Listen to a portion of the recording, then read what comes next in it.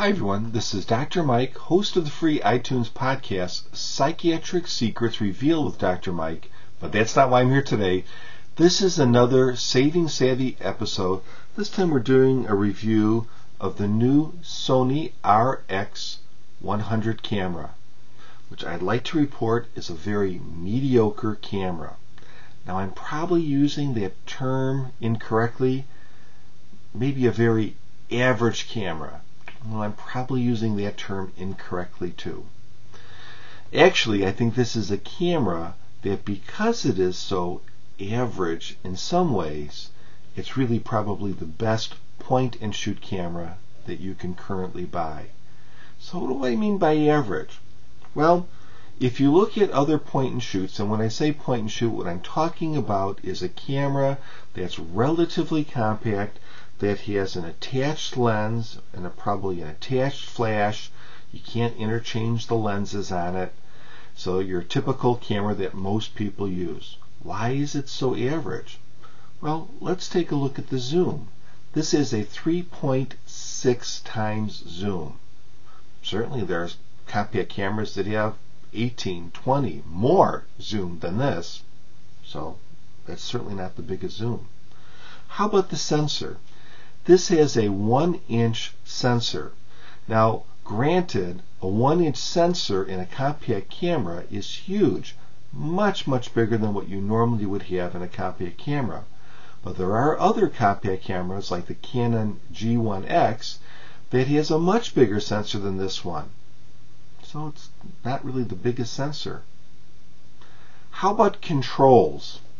Well, it does have controls, but there are a lot of cameras in this compact range that have more controls that are accessible on the camera.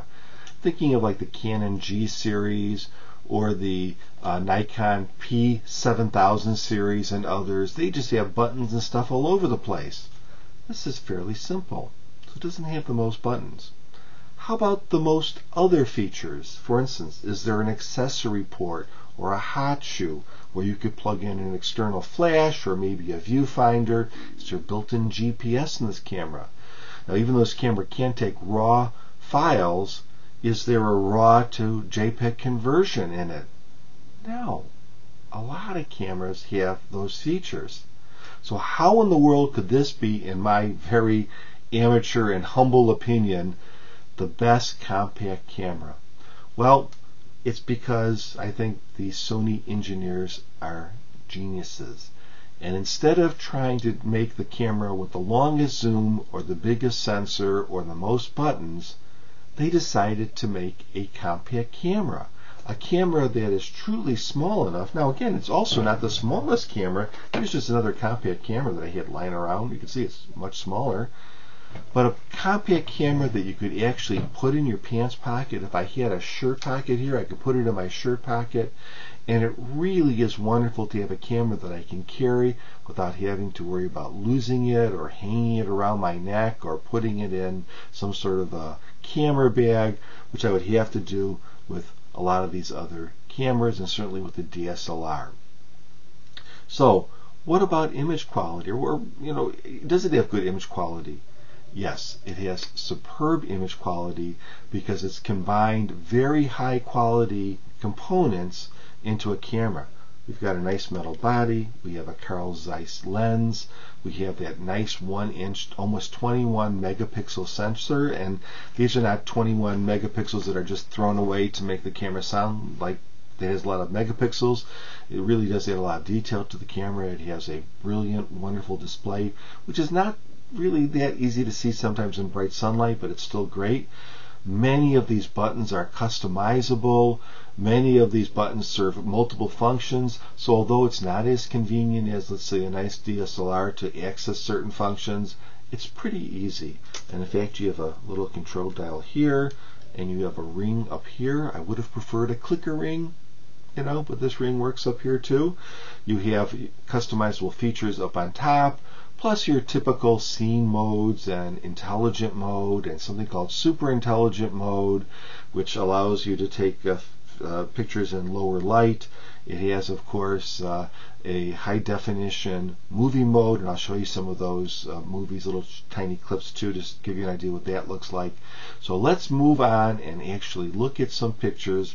These are pictures that I took over the last 2 days. Obviously, they're not artistic masterpieces. They're just there to give you an idea how the camera performs. So let me pull up some of those.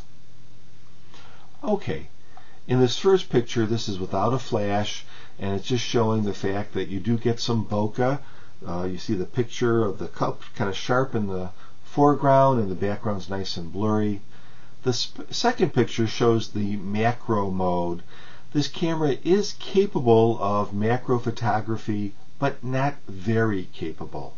So compared to the Canon G1X, which was horrible in macro mode, you can do some things here, but actually there are other cameras that can perform better, and that's probably because this has that larger sensor. This next shot is a flash shot of my daughter Grace, and you can see the skin tones are really nice. The picture looks good. It looks like a DSLR picture. There's no red eye, although I did not get rid of red eye. It's just that that flash sits a little bit higher on the camera and seems to do a good job there. This next picture, another flash picture, me looking goofy. Not that I don't normally look goofy, but maybe a little goofier than normal. This next shot was shot without the flash.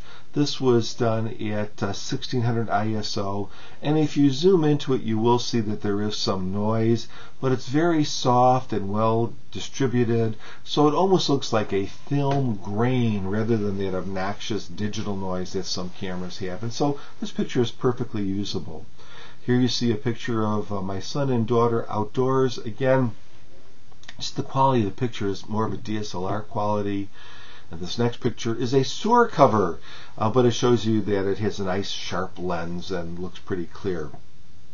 These next two shots look at the wide angle and zoom. So the first shot is a wide angle shot.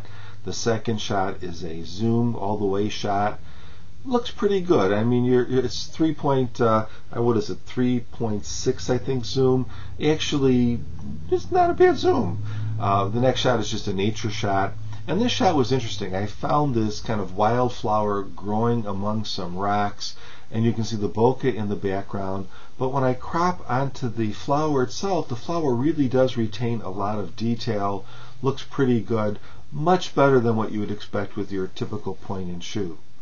This next shot kind of shows kind of bizarre shot really. This is using the color selection mode, and we were supposed to select for yellow, which was the color of my son's shirt. Now I didn't customize this setting at all. I just kind of shot it straight from the camera, and you can see it's kind of bizarre. The next shot is a high contrast black and white. And maybe this picture is not the right picture for it, but you know, it is what it is. And the next one is a posterized shot. Here again, interesting. I mean, I'm not that crazy about it. I much prefer the special effects in my Olympus pen camera, which I would have to say probably is my all-time favorite all-around camera. But that's another story, and I think I did a video on that. Here's just a shot of some wildflowers, and you can see the bokeh in the background. And once again, when I crop up on the flowers, you can see they're really very clear, very sharp. They have great detail. They have subtlety to them. More what you would see with the DSLR as opposed to your typical compact camera. So there you have some shots. I'm going to show you some videos now. This first one is a very short video just outdoors to show you what that looks like. Kids, turn around and wave. Say hello. Hi. Okay, that's enough. Okay. And this next video is an indoor shot. This is in the daytime, so there is light, but it's in a pretty dark room. And we're not using any external light except for the lights in the room. So let's take a look at this shot.